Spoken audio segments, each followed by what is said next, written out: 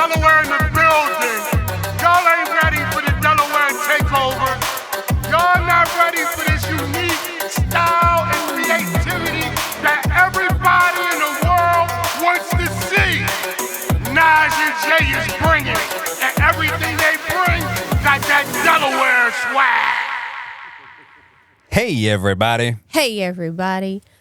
Welcome to the Nas and Jay Show. The Nas and Jay Podcast. The Nas and Jay Podcast. Mm-hmm. Welcome to your sip of local news, what's happening, and Real world mess. I almost forgot. And I've really got to get that ready for next time because yes, we definitely have it. But go ahead. All right. Yeah. I am Naja Nicole, and I am exhausted. My name is Jay Street Jr., and I am your local artist. Oh, just artist? Okay. Okay. Because, and like, at a certain level, everything can be an art. You know what I'm saying? Like, they would talk about how Michael Jordan turned basketball into an art form. You know what I'm saying? Right. And yes, I do work with children, but that is also an art in and of itself. You know, I am just an artist. I'm a little uncomfortable because Michael Jordan care. was just recorded grabbing this little boy's butt over and over. And then you just ruined my entire... I think we should start the entire podcast over because you made me uncomfortable with myself. I'm just saying, you just so happened to say Michael Jordan and children all in the same sentence on the same exact timeline of him being recorded doing that. All right, everyone act like I never said Michael Jordan, and we're going to say Bo Jackson. Is Bo Jackson cool? I don't even know who that is. That's okay. That's fine. You should never say that ever again, honestly. I'm sorry. Bo Jackson is one of the greatest athletes of all time, period, point blank. It's because maybe of sports. the greatest. Well, I'm trying to use the analogy that a sport is also an art. Maybe use an analogy that I resonate with. How did this run amok? Temperature check. It's hot in here. It's hot. It actually is. It's a good acoustic, but it is a little toasty, but I'm fine with that. But what is your temperature right now, Naj? Woo! My temperature. I'm alive. That's good. You don't give any more than that? It has been a rough couple weeks. For those who don't follow me, my cousin was murdered last week. We are the same age. We both have twins. We both have 3 children. And we were raised together. She was my first sister before I had my middle sister. And it has rocked my family. I'm okay right now. It comes in waves. Jay he's seen it. The funeral is next Friday, the 27th. And I will be flying there to go and honor her life and legacy. So it is a very weird time for me. But I'm thankful for my friends and my family for, rallying around me and each other. So, yeah. Understood. And I think I should formally, not that I haven't offered condolences to your family previously once I found out, but condolences obviously on the air to your family and everything. I will say, I know what it's like to lose a close cousin, so I can deeply empathize with what you're going through. Yeah. Yeah, so. I'm glad that we were able to do the show when I was able to say it out loud and not break down. Yeah. Yeah. And from what you tell me, she would have wanted you to be able to do that. So that's a beautiful thing. The one thing about my cousin is she was going to try. She was going to figure it out. She was stubborn, but she never gave up on things. She never gave up on things. So I know it's cliche when people say they wouldn't want you to be sad. No, my cousin really was like, no, it'll be okay. Yeah. You'll get through it. She was very much like that up until she died. And she went out trying. That's what everyone wants to do. Yeah. Yeah. You never want to keep kicking. Yeah. We talk about that a lot. Yeah. Like, no matter what, keep stepping. Yeah. So, Yeah, that was her. So, if my family is listening, I love all of y'all so much, and we're gonna get through this. We are gonna get through this. So, yeah. How are you feeling? I'm pretty cool. On one hand, I am in an odd state of like ease and sort of. I've had some realizations that I'll not go into tonight. Not go into tonight.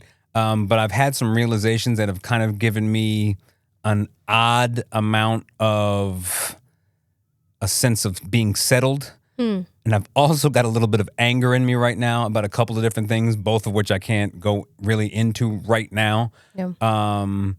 But I'm good. Settled with a hint of anger. That's my temperature. It sounds like a drink. Yeah, absolutely. Sounds like a drink. Yeah.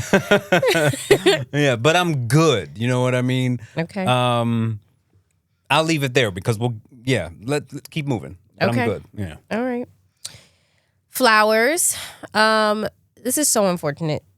Very sad. So there is a restaurant in Middletown, Delaware called 1861, and it recently went up in flames. They were open for 8 years, and the fire happened just a couple days ago, and it's so sad because it was definitely somewhere that the community could go and feel seen and safe and heard, and also have a good time. Yeah. So now they are rebuilding, and apparently one of the co-owners, has stage 4 pancreatic cancer. So all of this is happening at the same time. So if you can, go to their page on Instagram, 1861_Middletown, and they have a GoFundMe where you can donate to help them, not only with the restaurant, but with the co-owner who was dealing with that terrible, terrible disease. So flowers to them and their family and everyone affected by it. It's such a shame. And also flowers to The Miggity Max. They just put on I think it was the first. Like Yes. they put on they put together Climate Week Delaware. Climate Week Delaware, and I was fortunate to be able to photograph their sort of opening event. And they had, And you know what? You did us proud. You did. I got calls. And it was like, listen, you raising Jay right. The mayor was there. Tanetta Brown, who is one of our local queens as far as I'm concerned. She's one of those people who just exudes regalness, however you want to put it. Regaliciousness. She's regalicious, however you want to put that. The brother was there. It was a really well-attended event, and a lot Did of... Marcus Henry come? Marcus Henry was there, Yeah. county executive. And everyone involved had a lot of good things to say about climate change. And here's an interesting tidbit that I learned. Okay. One of the main reasons that sewers get backed up is because people are pouring grease down the drain. People, don't pour your grease down the drain. Pour it into a separate container and put that container into the trash. Or you can get cornstarch and put it in the oil and it will clump up. What are you, MacGyver? But cool. No, Respect that. I'm a black woman, okay? And we know these things. It comes in the black woman package. Yeah. It comes in the black woman package. I'm not going to come at your neck today, but that's cool. I respect that. Yeah. I'm going to let that rock today. Yeah, don't do that. But flowers to the max. I swear, The Max came in here swinging. The make it a Max. They I don't know came why I in never do that. I here- should feel like You shouldn't do that. I can't believe I haven't. You only finished what you were saying after you did the first time because I was waiting for a moment to figure out how I was going to insult you because I don't like it. I feel assaulted. It's offensive. And I have two ways I'm of being offensive uncomfortable. with them at this point because the bridge, the Please, bridge, stop. and the make it a Max. Every time I see them now, I'm going to do that. Like, Please don't. Yeah. I want us to get booked. Listen, I grew up up on crisscross, so I don't have any option but to do Oh, that. you're crisscrossed, all right. Fair enough. My God. So, flowers to the Max. Happy birthday to Elize and Marshall of Charlie Rose Sweets. They had the same exact birthday. I didn't know that. That's cool. And those Yes. are two great people. So I said to them, they both get a cheek that I'm going to shake for them. Right cheek, left cheek. Happy birthday.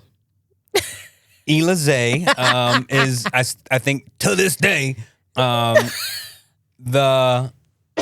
number one person, like the person that we've had the most times on the show. Yeah. And Marshall, I mean, I don't think we've talked about anyone else's food more than hers. Literally. The tacos are just off the charts. Like, literally, My God. best tacos No. I've ever had. I'm not just saying that. Like, No. her tacos are unbelievable. 2 weeks ago when I had the flu. Yes. Oh, No, give her some 4 weeks Give ago. her flowers. Flowers. She made me this chicken soup with wonton. Ooh. Wonton things. Mm. Oh my God. Yeah, she's got a gift. It was so good. Yeah. And so I ate one, and then the next day, she gave me 2 containers. And so then the next day, one of them had the lime in it. So the lime juice was just saturating. Why? I'm tired. It's Friday night. I don't know. Yeah. It was just amazing. Like, I don't know what she can't do. Like, I need her to make everything. Yeah. Period. Yeah. I wonder. Let's go there for a second. Like, I bet she makes the meanest steak. Oh. You know what I'm saying? Like, Oh my God. there's really no good reason for us not buying like 6 pounds of meat and being like, hey, we'll pay you to cook some Maybe steaks. we're going to have to talk to her because. You know what I'm saying? And get her on a grill. Yeah. I mean, Oh my God. oh my gosh. Her and Mike Green Oh my God. together. Maybe we should host a cook-off. And we It just doesn't have to be a cook-off. No. We can make, because then There's no competition. When there's competition, No. they do their best. No, I don't want competition. I just want you to bring all the love that you have for what you do and let the good people of this region enjoy your culinary So art. I need y'all to hear this and hear us well. Hear us and hear us well. We're gonna look for some money to pay. we coming. We need y'all to help us find some money so we can pay these 2, so that y'all can experience this at the block party this year because this is year 5, number 1, and I need both of them cooking, Smoking. their asses off, Smoking. Like, y'all don't understand. Okay, so just putting that out there. So happy birthday to Mike Charlie. Green took some ding dang Costco burgers and made them taste like, Oh my God. Yeah, Wagyu special sliders. Yes. Like, yes. The frozen box. oh God. So yeah, and I always, the chicken, just the chicken, like. Yeah. So Her happy birthday. tacos and his chicken. Yes. Lights out. Happy birthday, Erica and Charlie. Erica. And then also, we did an interview with him a while ago, maybe like earlier last year, the year before, of Juan Zeke, or just Zeke, Oh yeah. at the number 1 new Chinese restaurant, I think it's called, in Newark. Hold on What for a is second. that? What was that? Yeah, it's me interjecting awkwardly. I don't spend too much time trying to say we did it first. And I am ecstatic for him and all of his progress. But I'm pretty sure we're the first people that came down there and did a full-on proper interview of what he was doing well before he blew up. And I'm glad we did, which is why y'all need to keep paying attention to us. Continue. I Oh my digress. God. Or just him, you know. Yeah. Lord have mercy. But he just did another jam session, and Matt Meyer went. And there was also another person that went, a famous guy, Jonathan something. Okay. He plays guitar and he sings. He was Okay. at the Clifford Brown Jazz Festival. Okay. I don't know if it was last year or the year before, but beautiful voice. Okay. He just showed up, Great. like just to hang out. Great. That means it's catching fire, and yeah. it should continue. And Yep. Yes. Great. If it weren't for babysitters, I would be in there. But it is what it is, because it usually happens on like a weeknight or whatever. But flowers to you, Zeke. For building something authentic. Something authentic, but also in something Matt Meyer probably chat GPT'd about showing that what art can do. Well, how to have fun with your art and how to, have the love for music in an authentic way and bring people together, bring community together in spaces where it may not typically happen. I'm just really excited for him and the artists that come. Yeah, no, it's an authentically dope thing. Yeah. That's all I can say. Yeah. So that's all the flowers we have. If you have somebody or something you want us to talk about during our flowers segment, you can shoot us a DM at the Naj and Jay Instagram or Facebook, or you can hit us up individually, or you can hit us up at najandjayshow@gmail.com. Let's dig right into the post that you sent me regarding dating between, dating in the African American community among Black folk versus dating specifically not within. Oh no, it said specifically white. Okay. Yeah, it did say that very the specifically. white experience versus the Black experience. So you preface it, and then I'll Yes. start to give my thoughts and opinions. So I ran across this woman who talked about how the Black experience of learning to date is vastly different than the white experience of learning to date. And basically that Black families, their focus is crisis. So don't get pregnant, don't get a disease, stuff like that. And white people raise their children to know how to treat people for dates and during dates, and how to be in relationships early on so that they're prepared for when they're in relationships. So I sent it to Jay and I was like, I think this is a great topic. Now here's the funny part for me. My parents gave me both. They taught me how a man should treat me and what I should expect. But they also were like, don't get pregnant, don't do this, don't do that, wait till marriage. Like it wasn't very explicit about the sex thing, but it was definitely implied, like don't be out here being fast. But I remember very specifically my dad taking me and my sisters out and teaching us how to order a steak, make sure someone opens the door for you, speaking to you gently and things like that. So, and then I was not allowed to have a boyfriend or go on a date until I was 16. Now, we all know we don't listen to that. But my actual very first date was when I was 16, and I remember he had to come to the door. He drove me. We went to TGI Fridays, and he pulled my chair out. Like he met my parents. He knew. Yeah. But I also know that we were both raised by two-parent households with like middle class at the time, parent, like money wise, and we both went to private schools or nice schools. So there's a difference in some Black households, because I do know friends who have had the experience where it was all about no sex, no fastness, don't talk to no boys, you ain't doing nothing, no information, just complete crisis awareness, and then they get to college and they are buck wild. So, number one, my experience, and I'm a man, I was a boy, and so it's a little bit different. I wasn't worried about getting pregnant, but my dad was very much also in crisis management mode. He basically showed me, this is a condom. Always use it. Don't make any babies and don't get any STDs. And I was actually really that's one of the places where I completely listened to my dad and really followed that advice. I never was taught how to date, but I always knew how to date. And so when you say how to date, hold on, keep the question. Okay. And now here's my opinion about what she's saying about white people.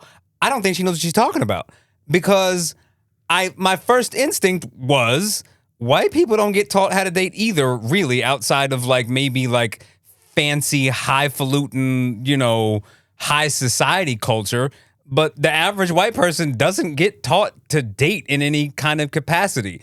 There might not be a crisis management thing, but I actually went around and asked some of my white friends, especially as someone who went to Tower Hill around a bunch of white people, and it's not a thing. So my experience with the white kids in high school, their parents were a part of the dating. Like, I remember parents pulling up for Valentine's Day or for the prom stuff and giving them the bags and telling them, like, but prom is an event, so yeah. But still, like, even if it wasn't prom, like I said, Valentine's Day in 9th grade, I remember guys coming in with bouquets of flowers and teddy bears and little gift bags and things like that. And seeing them going on dates after school, or seeing the text messages like, may I take you, like, can I take you, let's go out to pizza, and them picking them up and blah, blah, blah. Like, in a lot of black families, you were not allowed to be picked up by your boyfriend, your man. That was not a thing. There were also friends that I had whose parents allowed their boyfriends to sleep over. Oh, no. I don't know who that was. I never saw that at all. Oh, ever. I saw that a lot. There was one family who... no. I absolutely. saw that a lot. No. I guess, I mean... I didn't see that. It happened, and honestly, those parents were looked at as like, you bad parents. Like, they were kind of shunned quietly. So these were the same parents who, for some reason, were always out of town or not around, and parties were happening. There you go. So same. I can't. They weren't taught. That's the whole point. Actually, it's just like, go have at it and like. But be savages. How do you know how to treat someone in a relationship if no one's giving you that information? So, great question. My answer is, number one, you learn that at home. You literally learn from how you see your mom and dad treat each other. TV has a role. Movies have a role. Books have a role. But in terms of fundamentally understanding how you treat somebody, it starts at home, and then it kind of branches out from there. I feel like America really does have a certain sort of its own culture for dating, and it's more Western, sort of European, you know what I mean? Like the whole romance thing, because if you go to like India or parts of Africa, there's just arranged, you know what I'm saying? Like, I don't care about dating. This is an arrangement. This is a business arrangement. I don't care about love, nothing, none of that. Like, we're here to advance the family in a way that is good for business and good for the family name. So it's really an American thing and a Western sort of European thing.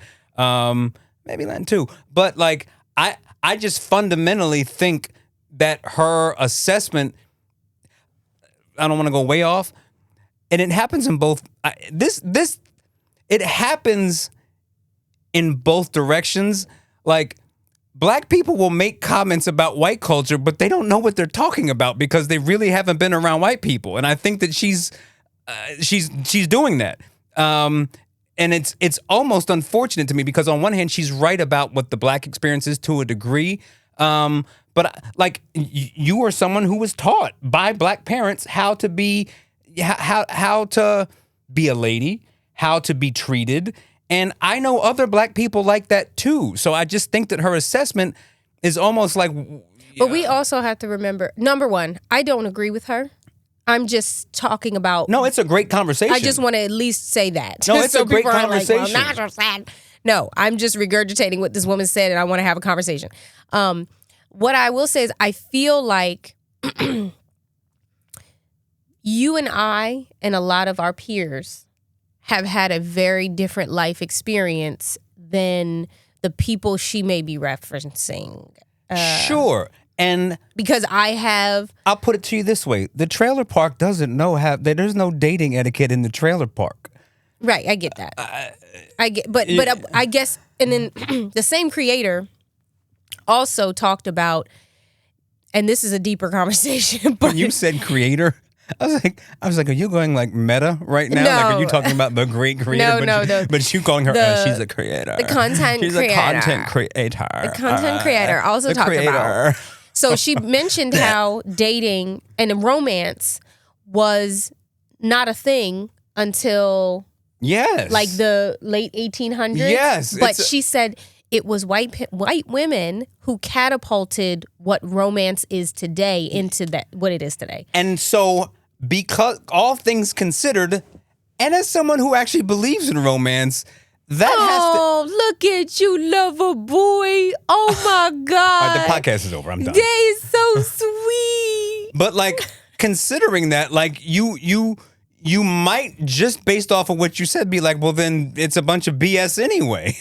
Like, you know, if you're considering how generally white women in America were put on an unfair pedestal, not an unfair pedestal because all women should be put on a pedestal, but how they were put on a pedestal above other women and sort of having an expectation that they're more special than other women, then maybe your whole perception of that is complete nonsense in the first place.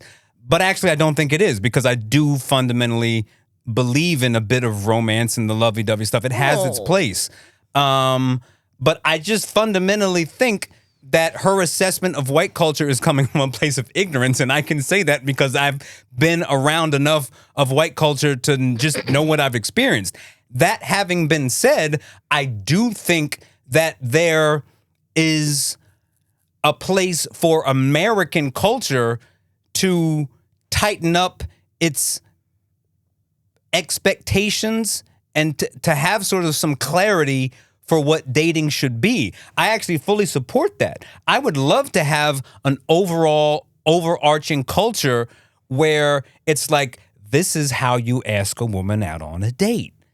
These are the things we do. These are the things we don't do. This is appropriate. This is not appropriate. This is at this age, we do this. You know what I mean? I would love to see those expectations so that I know that my daughter is being treated appropriately and so that my son is treating women appropriately. I'm all for it. But I just think her general assessment of white versus black is actually inaccurate. I think for me, it brought up definitely some memories of what I experienced versus what I saw. Yeah. And also what I see today, you know? Yeah. If anything... But that's American culture. Yeah. Like, dating culture is screwed across the board. Across the board. Yeah, like men don't know how to date. They don't know how to talk to women. They don't know how to ask a woman out. They don't know how to do the relationship. And quite frankly, I don't know where they don't know how got to lost. do the relationship. They don't know how to do it at all. So, and that's a problem. Which is a great segue into the Cam Newton. There's nothing else you want to say about that? Because, I mean, we could dig on that for a minute, but cool. No, like, yeah. I think it's a great segue. Yeah. Because you're dating right now is trash. Yeah, and from what I'm hearing. From what I'm hearing, and I everything that I read just indicates that. I'll speak from a male perspective, and I think I've said this before on the show. What was you going to do? Speak from a peacock perspective? Like what?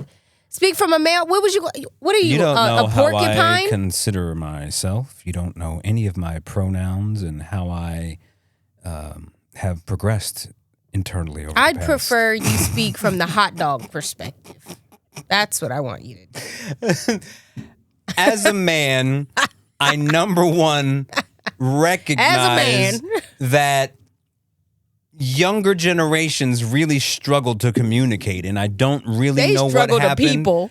And past that, I've said on the show before, like, the amount of times that I embarrassed myself trying to holler is off the charts. I've made a complete hard R. Yeah. Fair enough. I'm trying to, like, because if listen, holler. Yeah, I wouldn't talk to you neither with that. Yeah. But like that, but it can go the other way. Like, I can have a shot and start acting ATL as a motherfucker right now. So how do you want it? I'm trying to keep it. You spent 3 years in ATL, and I'm now trying to keep it zipped up. Right? But the amount of times that I've been embarrassed, the amount of times that I have embarrassed myself trying to holla. Give me an embarrassment line. I need to hear it. No. I remember, so. Go ahead, give me one. I wish Terrence was here because this isn't a line. It was just like this. So this is my biggest embarrassment moment, right? God, I'm nervous. No, it's not that big of a deal, but it's just like, what are you doing? So I'm in Atlanta, and my roommate had this. No, you have to say. Picture it. Picture it. I'm in an ATL shower. What year? This not 97 shower. And what? No, 97. Yes. No, let me just. So it's 97. My roommate from Houston, Texas, has this. He's a spoiled brat. He has this beautiful, brand new Land Rover, and we are riding through the ATL, and it's me, him, Terrence, so on and so forth. And just based off of his vehicle, we got attention. Like, we could at least get a car to stop, and I might be the scrub in the passenger seat, but like, we can stop, right? So I flagged down this car. You know what I'm saying? It was a white SUV full of cute women, females, girls. I don't remember the age, so whatever. But you get it. And I jump out this car, bold, like, I got this one. Everybody, hold your beer. I got this one. I'm already embarrassed. I'm already embarrassed. Oh God! Straight out of Delaware. I'm like, I go, hey.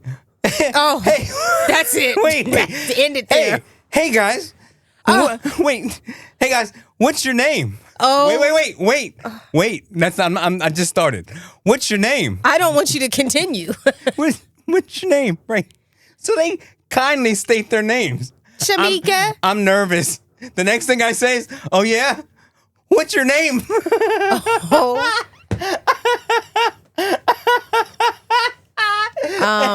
And they looked at me like, "Oh my God," and just drove away. Oh. Everybody was mad at me because they were all bad, and they were like, "You don't talk for the next 2 weeks. You have no role." And my point is that you get beat up and you slowly figure it out. You calm down. You say things that make sense. You start a conversation, but you have see what you it's did no wrong. different. What I did wrong is I didn't know what I was doing. No, what you did wrong is you were supposed to have a bat in your hand and you were supposed to call them bees after that. Right, get and mad. Hit the car. Right. Like that's what you that did would wrong. make me a bee, exactly. But that's the process, and you have to be able to be embarrassed. It's and I'm not trying to take it too far, but like it is literally the same thing as when if you ever take up any kind of a combat sport. Here you go. The first Here it is. at least 3 months of it, you are just going to get beat up. You're going to get your ass beat. And then you slowly grovel and slowly get your feet underneath and you figure it out. It's the same exact thing. And if you don't have thick enough skin to deal with that, you're going to sink. And you got to be able to figure it out. You got to embarrass yourself, and it's okay to be stupid. Like, it was a funny story that I just told. You know? I want to say, side note, you just related relationships with beatings. No, with so competition. I just need you to understand that this is another time that you're. It's competition. It's definitely competition, and it's figuring out a game that we all play. Beating. No, it's figuring out a game that we all have to play. Listen, that's the problem with this generation is nobody has been equipped or is able to be embarrassed and just live life. Okay. But it's what I was getting at with the dating scene being trash and everything and the black and white whatever. There was a interview with Cam Newton and Ice Cube. Cam Newton, an incredible athlete, a freak athlete. No, not Ice Cube. Which one is it? Ice Cube and Cam Newton. The old one. Ice Cube, good God. Okay. Is there an Ice Cube. T? Yeah. He's the light skinned one. Who's the one that the younger one? Ain't he Ice something? Ain't none of them young at this point. Yeah, well, my dad's age. None of the Ice people are young. So there's like a Vanilla 60? Ice Cube, Ice T. They're all old. Which at one's this point. Ice T? Ice T looks like my dad. That's the one. That's the one. Ice Cube was on the podcast. You got it all mixed up. Damn. You're way off right now. Damn. Good God. It's the tequila. Yeah. Yeah, two different humans completely. It's been a long week. Justified. Like, that's a justified comment. But no. Wait, I lost it. You confused me. Yeah. They had an interview and he Yes. asked him, why have you been married so long? And he gave a great response. He said, we want to be, and I don't want anybody else to have my woman. And that's pretty much as simple as it gets. So, It's you make a commitment no matter what within reason. okay, stop Yes. right there. Yes. So, this girl, another content creator, posted this, and I thought Another creator. I thought this was very interesting. Now, I don't agree with a lot, and I feel like I need to change some of the wording for me for this to work. But she said, I was watching the clip of Cam Newton asking Ice Cube how he's been married for 32 years. Cube said something along the lines of, we want to be, I don't want anyone else to have my woman. Cam went on to say that a marriage has to have staying power to last that long because you can't honestly say you wake up every single day, and it's just doves flying. Yeah, no shit. And Ice Cube responded, but who in your life is like that? Is it like that with? You don't even like your mama, your brother, your sister every day. People you love and spend the most time with every day isn't going to be roses. And she says, and that's what hit me because I think this is the main reason why most men, especially like Cam, will never be married. I don't think it's just men.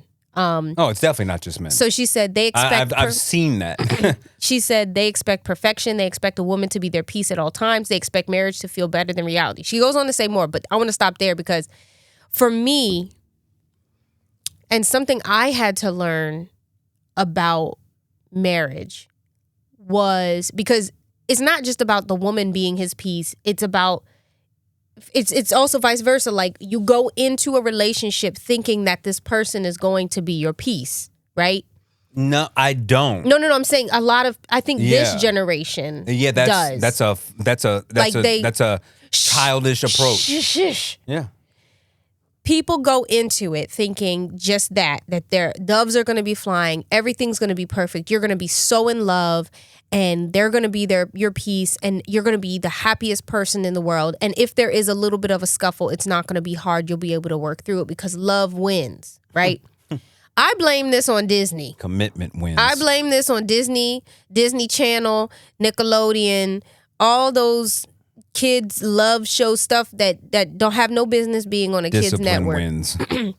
So I learned in marriage that marriage is hard because you have to...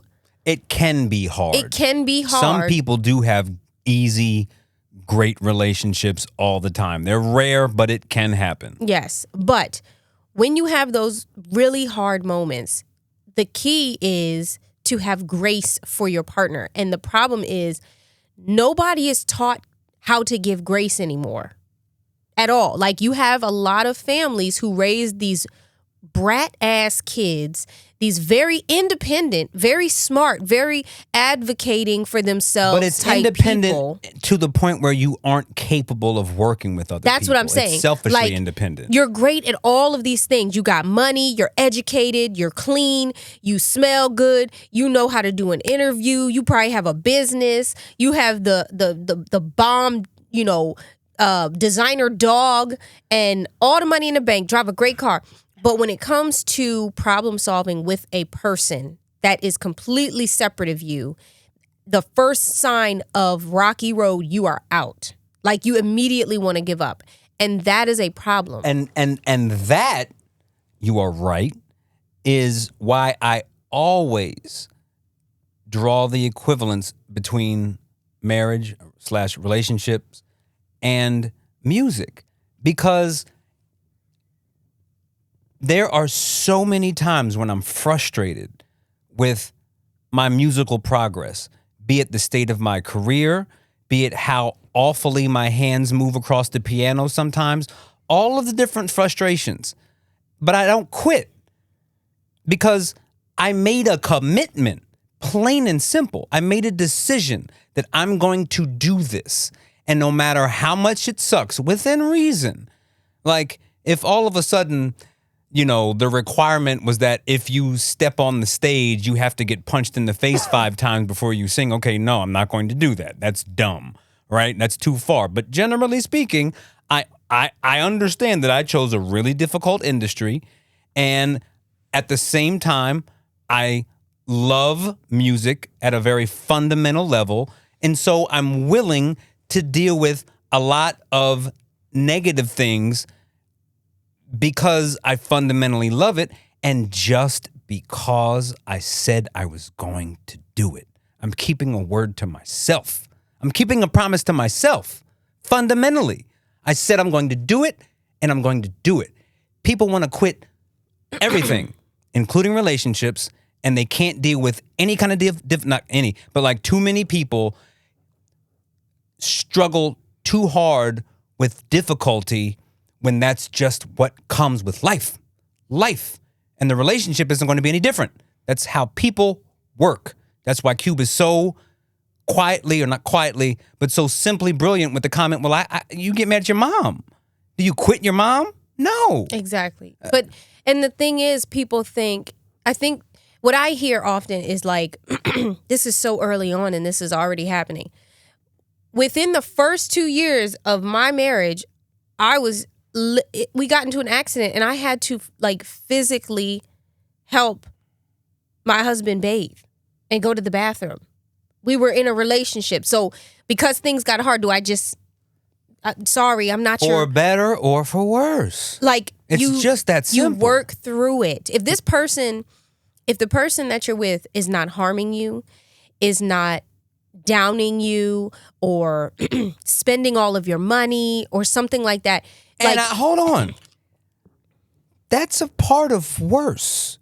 And that's not to say that it's acceptable, and there is a line, but they might take your money and do something terrible. So are you... That's worse. For better or for worse. And for worse, meaning...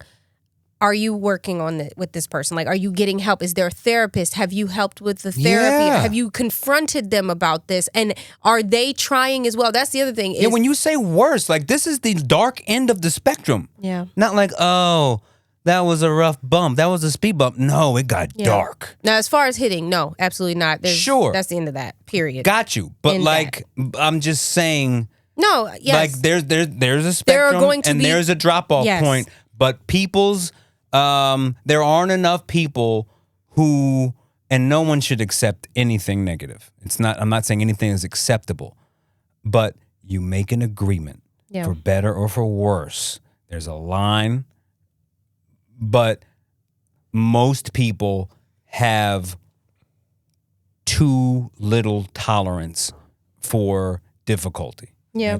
That's just it. I feel like my generation is just... It also has the issue of, I'm going to find better.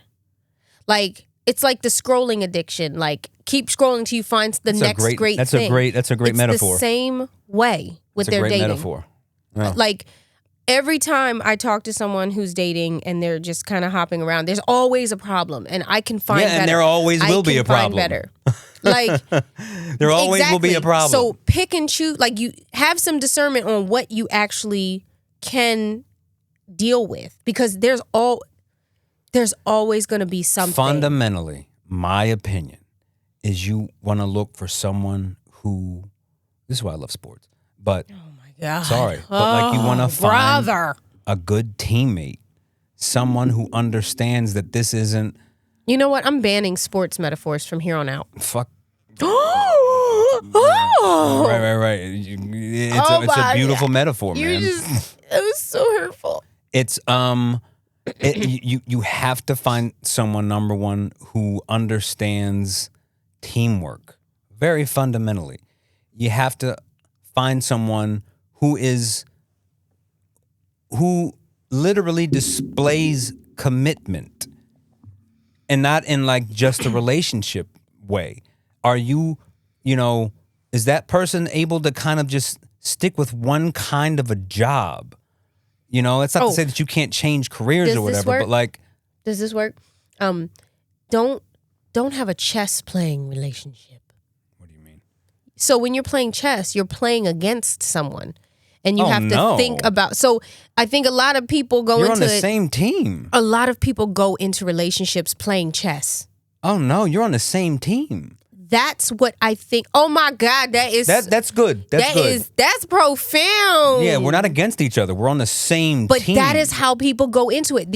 You go into it playing chess, playing checkers. No. You can't go into a relationship like, I need to one-up them. I need to think ahead of them so that way I can react appropriately. No, that's not how this works. No, you're on the same team. Because here's the thing. Helping each other along their life. When you walk into a relationship already with the mindset that someone is going to one up you or is going to do something. You messed up from the beginning. You've already started with the problem. Lost. You've already lost. Literally. So when you go into a relationship, there's no competition. You are walking into it to find your teammate. Yes. Not your opponent. Yeah. And you need to check yourself. You need to check. That's the thing. I don't think people understand that. I don't think I think they go into it trying to protect themselves, and so they automatically have this mindset. And yes, protect yourself, but be mindful. Am I being? But like, it's no different than a friend. Like, yeah, I'm not gonna befriend someone who is going to bring any negativity to my life. And I'm not going to do that. Yeah. But when I have a friend, it's very simple. It's actually all very simple, Naj. Yeah. It's like, I've said this before too on the show. Do I like this person? Yeah. Yes. Do I want to see them tomorrow? Yeah. Do I think I want to see them even more? How did yesterday go? What happened? Was that a deep concern for me? Oh, that person has a temper. Is that a temper that I can manage? Do I want to temper around my kids? All of these things. It's simple. So, no, it's not a chess game against two people. It's not two opposing forces. It's two people, just like a friend, who decide to spend a lot of time around each other because they like to be around each other. And can we make something more with this situation? And what is that more? We're going to have kids, and that changes the dynamic completely. I think. But like, do I want to be around this person every day? So when you are, another. And are they messing up my life? Another good one is, could I do a podcast with this person? No, no. Well, what I'm saying is this? Can I be in? Can I? Lisa and I would do a terrible podcast together. It wouldn't work. I don't think. But you have had no. What I'm saying is having the conversations. Like, can I have a deep conversation with this person? That's fair. I don't like chess. Fair. That's fair. So I'm not going to go into something like, do I want to play? You get what I'm saying? Yes. I mean, I don't like sports. That's what I mean. Like, so I'm not thinking teammate. I'm thinking of ways like, when you're having deep conversations. But think of it like a band. When yes.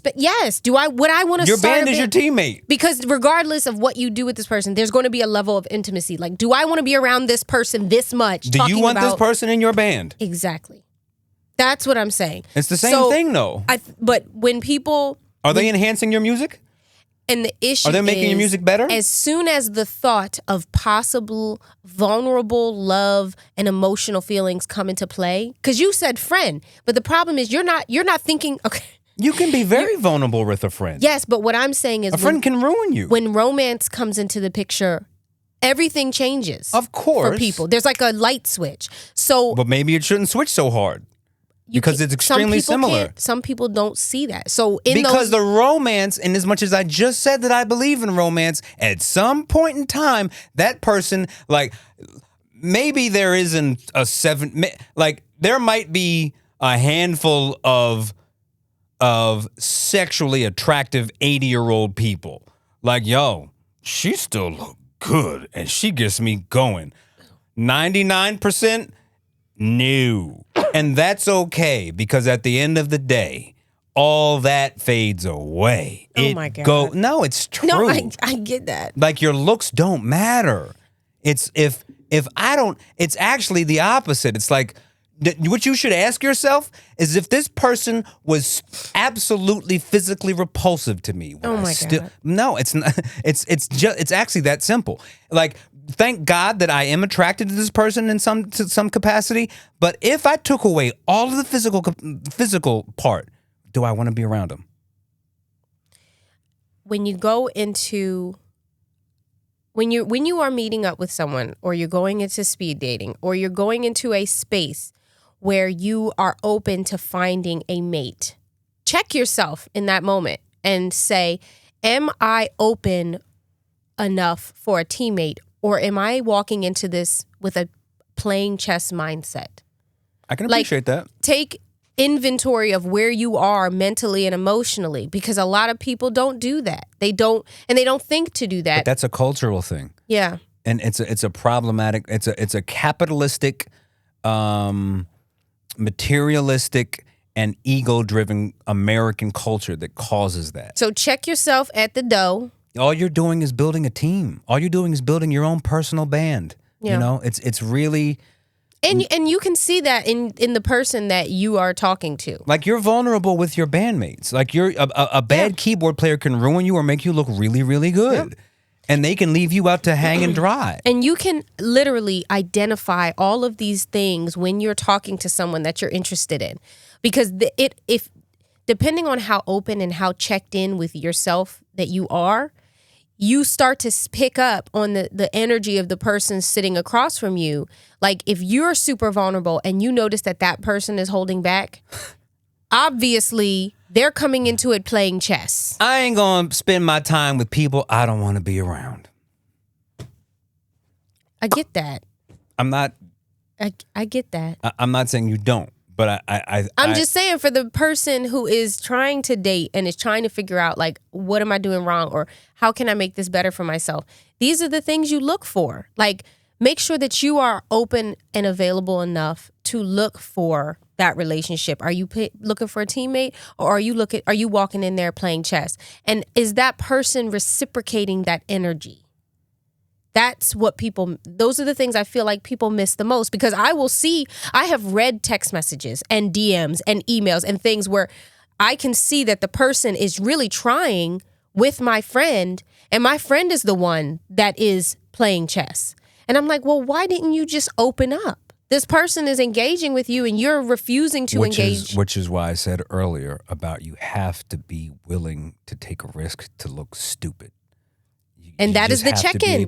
That is the check-in. Are you trying to build a team, or are you trying to play chess? One or the other. Check in with yourself, and then also check the energy of the person that you're with. And last thing before we move on from this, there is another content creator that I follow who does live updates of her dates and the men that she's talking to.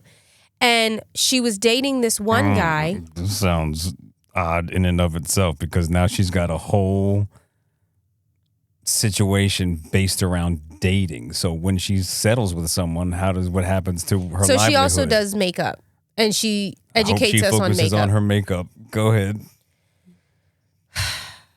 Otherwise, you're stuck having to date to create content. Can you just sit back and just... I'm literally sitting back. No. You're running your mouth. You're running your mouth. Isn't this a podcast? You're running your mouth. This is a podcast. Let me finish my statement about the creator. Do you feel like this is chess right now? We're not worried about... Right now, she's dating. Okay, so when we get to that point... Do you feel like this podcast is turning into a chess match where someone's trying to win? Or are we on the same page? Or are we on the same team? I feel like I need to play chess. Why? I feel like I need to play chess right now. Why? Because you keep interrupting me. Well, considering that we're on the same team... I apologize. I'm the captain. I am the captain. I say what goes. And yeah, that's concerning. So she was dating, she called him Pilot Bay because he was a pilot. And she also gives advice on dating as well, right? Whatever. Listen, if there's one thing Jay can't stand, it's dating. People who do the dating advice stuff and aren't married. He can't, or aren't in a committed relationship. No, it's not even that. It's actually simpler than that. I don't like hearing advice from people who don't really know what they're talking about. I'm not going to give you advice on how to win a Grammy. I could definitely sit here and give you a whole 10-point presentation on how to win a Grammy. But I don't have a Grammy. So I probably shouldn't be telling anybody how to win a Grammy. Your marriage a Grammy. Yeah, but I think everyone gets the point. You really lover boy in the night. Oh my God. If you aren't okay, if you were dating, you can say what it's like to date. But people who aren't married or have never been married, I don't really know if she's ever been married. Cool, I don't and know. she's not talking about marriage. But if you're not, she wants to get married. Yeah, so don't give marriage advice. Okay, so either way, what I did like from her, I follow it just because I find shit funny. Great. I also love how she does makeup and how she explains it. But Lovely. Either way, what I'm trying to get at is she talked about how she communicated to Pilot Bay how she likes to be communicated to. Mm-hmm. And he did not adhere to that. And so I want to know more specifics, but go ahead. So basically, she prefers, if you're not going to be able to contact her during the day, then communicate that from the top, from the jump, so she's not trying to figure out what's going on. That's an easy fix. And so she That's communicated an easy thing. that. Like, because all he has to do is be like, hey, I'm going from here to here. I'm not going to be able to send you a text until this time. I'll hit you as soon as I land. Right. That's easy. That's easy. He did not adhere to that. Then that's a concern. She ended it friendly. That's great. Like very respectfully, like, hey, this is just not going to work for me. I communicated how I prefer That's fair. to be spoken to or, communicated to. And you didn't follow that. And so I just think that we're just not compatible. That's fair. I loved it. That's fair. I loved it because those are the types of conversations that we need to be having. That's totally fair. For these types of things. And I will say, based off what you're telling me, like fundamentally, based off of almost no information, but like if his job is a pilot, he's going to have that problem with any human. Or any human who wants those types of... No, because if you have a family with kids, like you got to let your wife know where you are. You got to be like, yo, I'm landing at this time. You can't be like, so that's actually great. Like, that's the training ground. Like, yeah, you got to tell your girl, I'm going to be here. Like, that's just fundamental communication. So he's going to have a problem for a long time until he figures that out. Yeah. Well, what I loved about it is that they weren't, like, they were dating, but not dating exclusively. They weren't dating long. But what was important for me was that this is what she established from the beginning. And she ended it when there was an inconsistency. It's a reasonable request. Yes. Like, I just need you to give me a heads up. That's totally reasonable. And that is what I need my generation to do more of, is communicating the things that are like your icks, or the things that you kind of like, I need this to happen to know that you are interested in being serious with me. Yeah. And for people to respect that. And then also reciprocate by communicating what their icks or needs are for a potential serious relationship, right? Because those conversations aren't happening. A lot of people will hold off and then will just be like, I'm done with this, or I'm ghosting this person because they don't like it. And it's the same thing as, I got stuck working on this scale. I couldn't do it. I quit. No, you got to power through. Like, it gets rough. It gets difficult. It's the same exact thing. Yeah. I could bring back in, any sport. There's going to reach a point. You're going to reach a point where it's hard and it's not all fun. And you have to be able to power through that. It's the same exact principle. So I love watching like the dating videos and I love that type of stuff. I love watching it. I'm a romance girl. Like I said, I'm a Disney kid. It effed me up. So well, and that's actually to the point that you made earlier about that Western romance came from Caucasian women, like from France in the 1800s. They built a mythology that might not be the best way for relationships to actually progress, because Cinderella is a wonderful fantasy. She was a baby. She was a baby. And she should not, first of all, ain't nobody tell her ass to be outside, okay, in a dress and talking to rats, Okay, let's start there. And then you lose the shoe. Honey, that was like a Louboutin. Like, what are you doing? And why are you worried about Louis Vuitton? And then why you letting some random man touch your feet? Honey. He might have had a foot fetish. And you should have beat your stepmama's He might ass. have had a foot fetish, and she was like, I kind of like it when She you touch had my weapons accessible to her, and she letting them people do what they was doing to her. Absolutely not. Cinderella is a horror story. And don't get me started on Sleeping Beauty. This man, what is it when you like sleeping with dead people? Necrophilia. He was a necrophiliac. Why would you kiss her when she dead? Why you do that? That's nasty. And then then what's her name? Snow White. I saw something They're online. dark. There's a lot of darkness. Listen, There's was like poisoning people and 7 men. It sounds like a freshman year. I'm done. That sounds like frat night. Oh, God. But you know what? Disney has come up because they got Encanto with the house. Wonderful movie. And Rio is one of my favorites. Not Disney, but I don't care.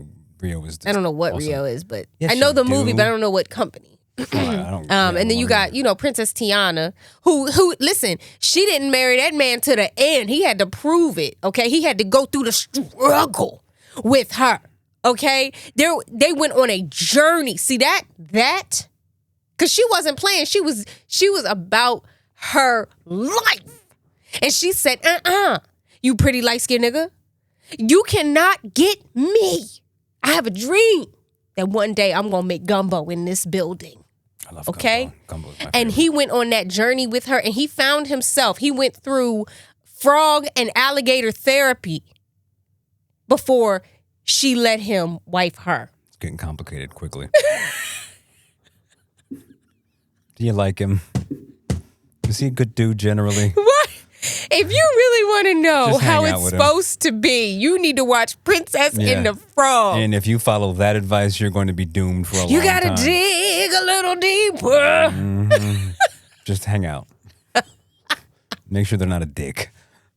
She even had a little hoe friend. Yeah. Make sure that Everybody needs a hoe friend who's down for whatever. just the basics. She had it right. Does they have a drinking problem? She had legacy. And she became somebody. She didn't let no man tell her who she was. Yeah. If anything, she made him. This feels like chess. This doesn't feel like a team. Doesn't feel like the team building exercise at all. Feels confrontational. Unrealistic expectations. No. I love me some Princess Tiana.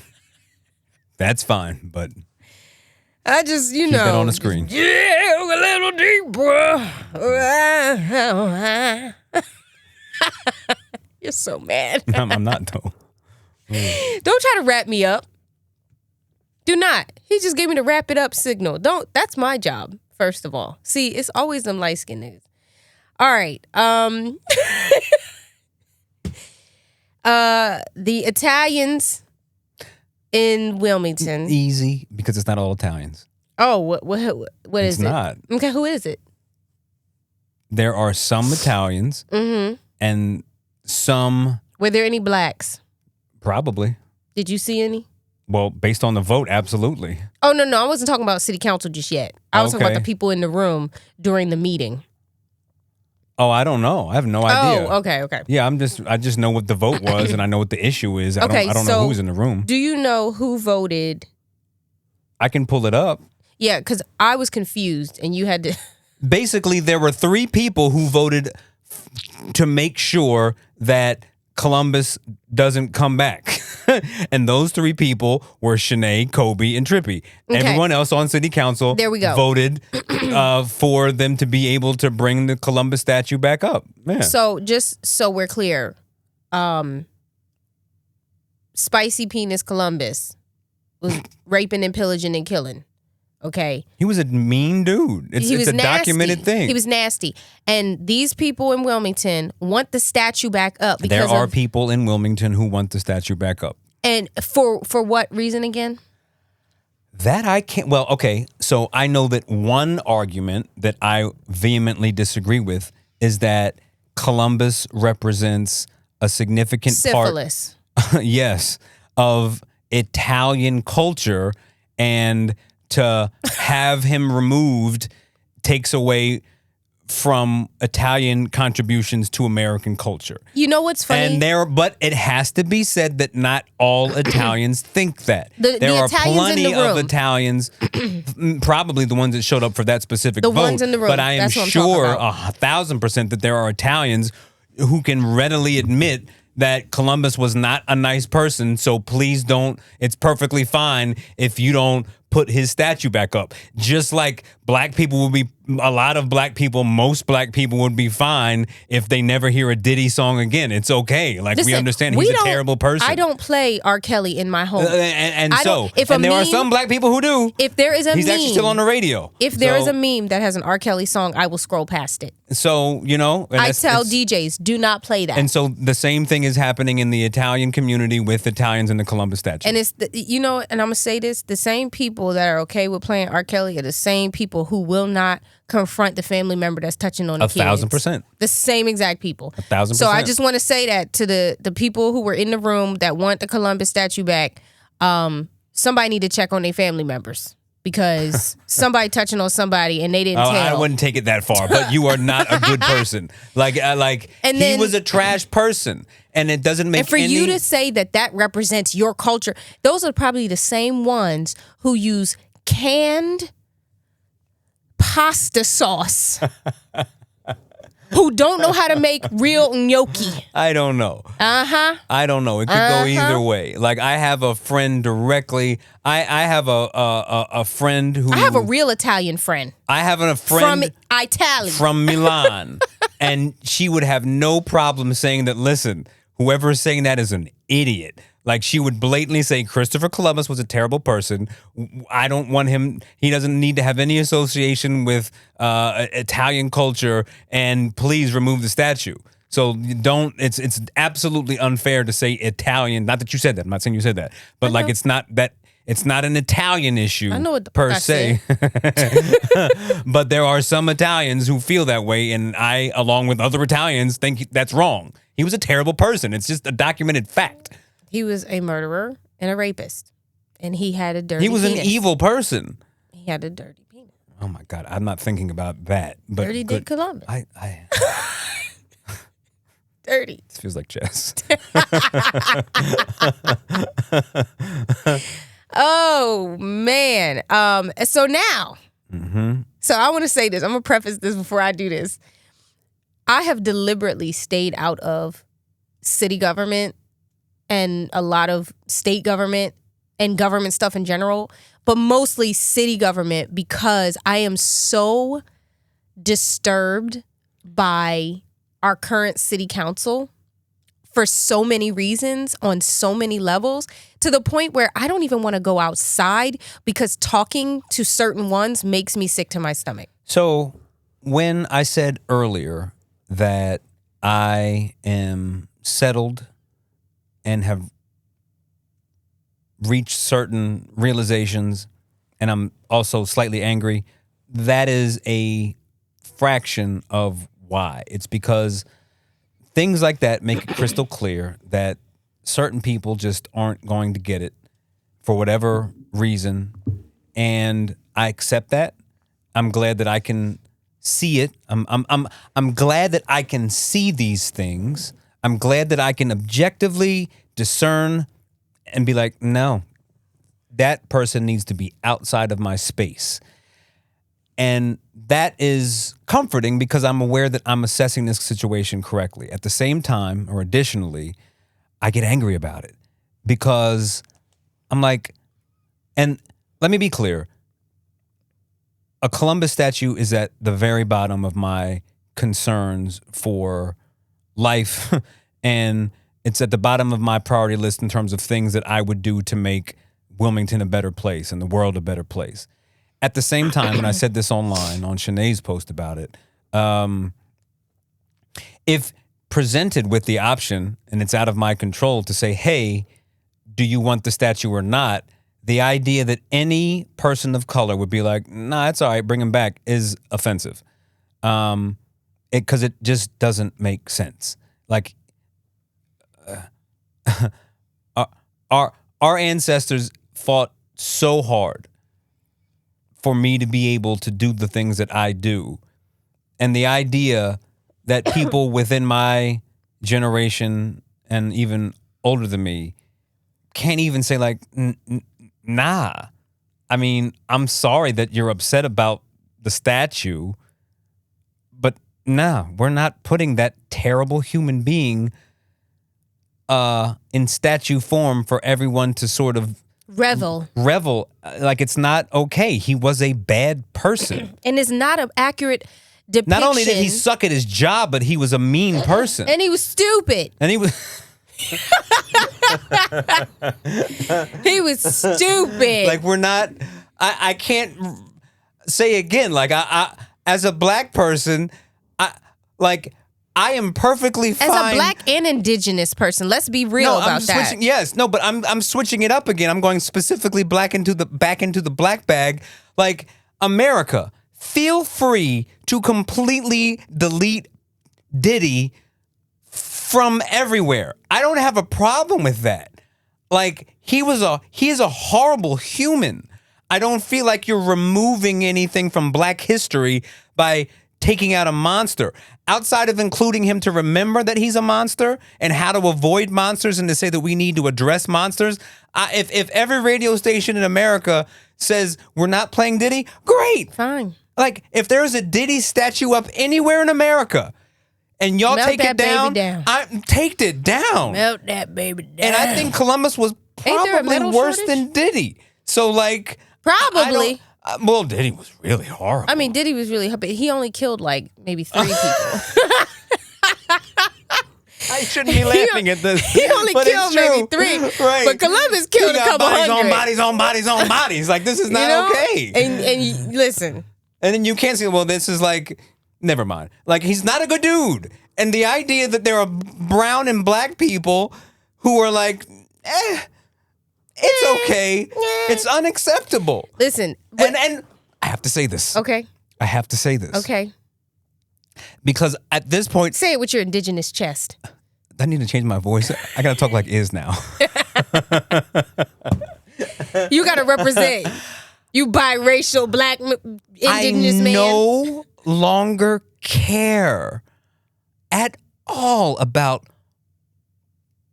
whether or not I'm liked. I didn't care before, but there have been situations over the past 3 weeks where I've gone up, like politicians have seen me, and there's an uneasiness from both sides. And at this point, whoever you are, I don't care. You can just not talk to me, and vice versa, because I'm not going to ask you for anything. But at this point, if you are black or brown and supported bringing that statue back, I can't see anything. You're in the sunken place. There's no bringing, like, it doesn't make, it's such a simple vote. Like, you could, if you took one of the things that we talked about previously, what was one of the issues? the water. The water. The water bill. You could have different opinions on how to fix the problem. Yeah. You know, you could have I could understand diversity in opinion on that issue and different ways to solve the problem, right? But, like, Columbus was a well-documented monster. He was blatantly racist, and therefore, any black or brown person should have an easy vote. Like, nah, I don't want to see that dude anymore. Mm-hmm. I mean, I don't know what else. I don't know what else. That's it. We can move on.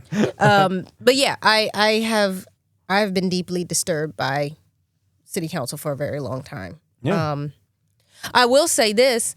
I forgot to put in the flowers. My dad was honored for the WJVS radio for being a black-owned business on Market Street. Yeah. I'm proud of my dad. I still don't fuck with you niggas. Oh, that's Thanks really for funny. honoring my strong black dad, but I still don't like none of y'all. No, but seriously, I'm just over it. I just feel like There've been a lot of them have gotten lost in the sauce when they are supposed to be the voice for the mass of people in their district. And instead of being that voice, they are everything else and everywhere else. I mean, and there have been several examples that we have not even talked about. And I'm just over it. And I refuse to be a puppet. I refuse to sit there and stand and talk to you like I'm okay with how you're doing your district and how you treat the people of Wilmington and how you run certain things and programs. And when I know the truth, I see and I get calls and I hear things like that. Like, what's done in the dark always comes out in the light. It may not be the way in which it was given to you, but something always comes out. And I don't want to be around people like that no more. I can't do it. I don't have the stomach for it. Shout out to Trippy, Kobe, and Shanae for making the right vote on that issue. So I just want to end this little bit with the brilliant J. Cole on his song No Role Models. Fool me once, shame on you. Fool me twice, can't put the blame on you. Or you could go with the George Bush Fool version. me 3 times, fuck the peace sign, load the chopper, let it rain on you. And the chopper is me saying how I feel, okay? One day I'm going to walk into a city council meeting, and you know when they have the public display? Mm-hmm. That's going to be me. One day I'm going to get up there. I'm going to be the old senile, just letting them have it, letting it rip. George Bush said, and it's one of my favorite George Bush moments, he's like, fool me once, shame on you. Fool me again, just don't fool me again. Oh, God. I'm just over it. I am just over it. And it's election season, so they're coming out the woodworks. Don't come. I had one person come to my house. Don't come to my house. I'm good. Thank you. I'm a vote, but I'm a vote quietly. I don't want to hear none of y'all. I don't want to talk to none of y'all. We good over here. I'll make my decision off my own discernment. I don't need to hear your lies. Yeah, I've seen enough of your track record. I already know. America's Next Top Model. Okay. I know. Yeah. Well, it's going to be a long one. And you know what? It is what? Yeah, but 2 hours is probably too much. But go ahead. Really? Yeah, it is. All right. People Well, we listen. can talk about America's Next Top Model next Do that time. and then do the, yeah, okay, cool. All right. But make sure, this is your reminder. Go watch the America's Next Top Model documentary.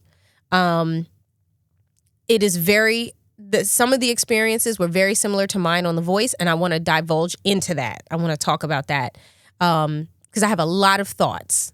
Okay. Yes. Okay. Yes. Because there are things that I realize people don't know what questions to ask me about The Voice. Okay. And I've never really sat down and talked about my experience. You interviewed me one time and we talked a good amount about it, but there were still things that you wouldn't have known to ask and I wouldn't have known to just talk about. Fair enough. But watching that show brought up a bunch of memories. And I mean this. I think that we should hold that. I know. That's what I'm saying. Telling people now. And dig all the way in. Yes. Because I don't want to rush it. You know what I mean? So Yeah. go watch the America's Next Top Model documentary. I think it's on Netflix. And I think it's like 4 or 5 episodes.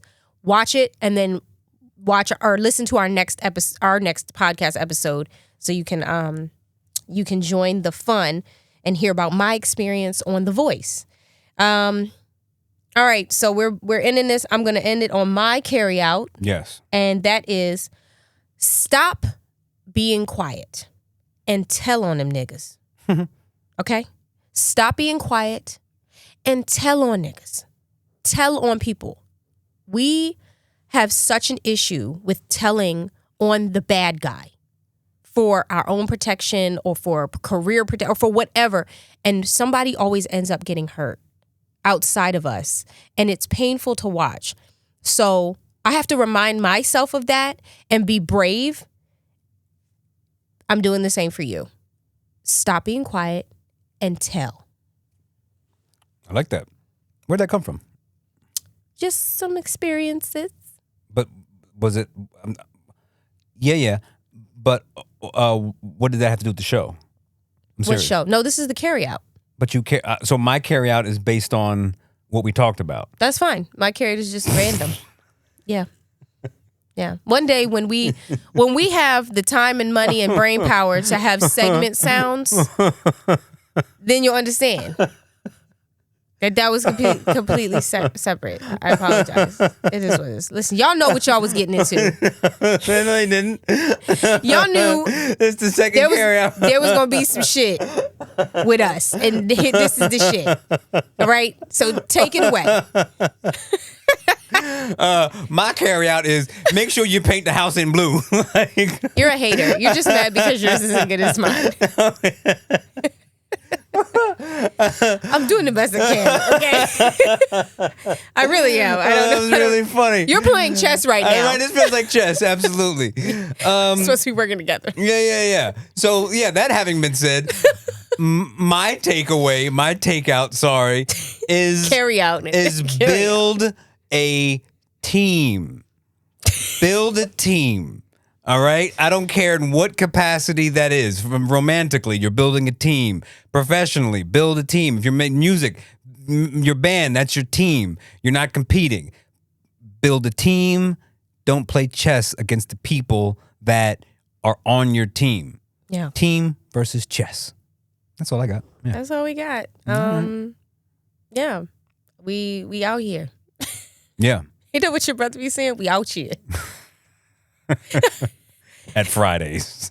Taking a picture with your nephew sitting there with button-up shirts. We out here. At Wild Wings. Oh, God. Hey, Jason. All right, we hope y'all Krispy have Kreme. whenever the hell you watch this or listen to God, when you listen to this, Subscribe to this podcast Yes. and share it. yes, please do, because we have to get our lives together and start doing more. Whatever platform you're using on or you're listening to this on, we're on Apple, Spotify, and we're going to start posting it on YouTube and Facebook too. So Yeah. Make sure you listen, share, because that's the best way to get people to know about us and what we're doing. We love y'all for listening. Have a wonderful evening, day, week, month, year. Peace. Bye.